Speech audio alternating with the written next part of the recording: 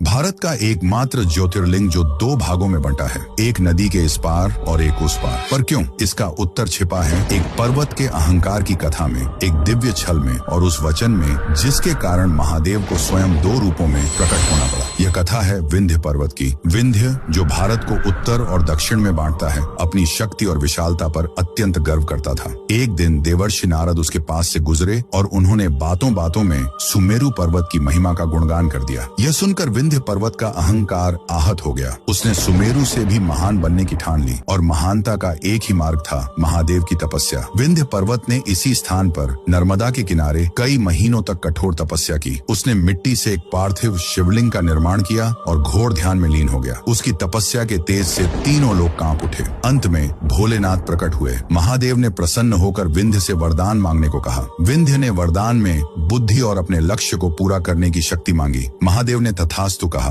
पर तभी वहां अन्य देवता और आर्षिगण प्रकट हो गए। उन्होंने महादेव से प्रार्थना की, हे प्रभु, यदि विंध्य और ऊंचा हो गया तो यह सूर्य और चंद्रमा का मार्ग रोक देगा, जिससे सृष्टि का संतुलन बिगड़ जाएगा। कृपा करके आप यहीं निवास करें। उनकी प्रार्थना सुनकर महादेव ने एक लीला रची। वे उस स्थान पर ज्योति रूप में स्थित होने के लिए मान गए। पर उसी क्षण जिस एक शिवलिंग की विंध्य पूजा कर रहा था, वह दो भागों में विभक्त हो गया। एक भाग जो मूल पार्थिव शिवलिंग था, वह मामलेश्वर कहलाया, और दूसरा जिसमें से स्वयं महादेव प्रणव या ओंकार के रूप में प्रकट हुए, वह ओंकारेश्वर कहलाया। आज भी नर्मदा नदी के दक्षिणी तट पर मामलेश्वर हैं और नदी के ओम आकार के द्वीप पर ओंकारेश्वर हैं। दोनों को मिलाकर ही एक ज्योतिर्लिंग की यात्रा पूरी होती है। यह इस बात का प्रतीक है कि भक्त की मिट्टी की श्रद्धा मामलेश्वर और ईश्वर का दिव्य प्राकट्य ओंकारेश्वर दोनों मिलकर ही पूर्ण होते हैं। उस ओंकार स्वरूप महादेव के सम्मान में जो अहंकार को भी भक्ति का मार्ग बना देते हैं, कमेंट्स में जय ओंकारेश्वर महादेव अवश्य लिखें।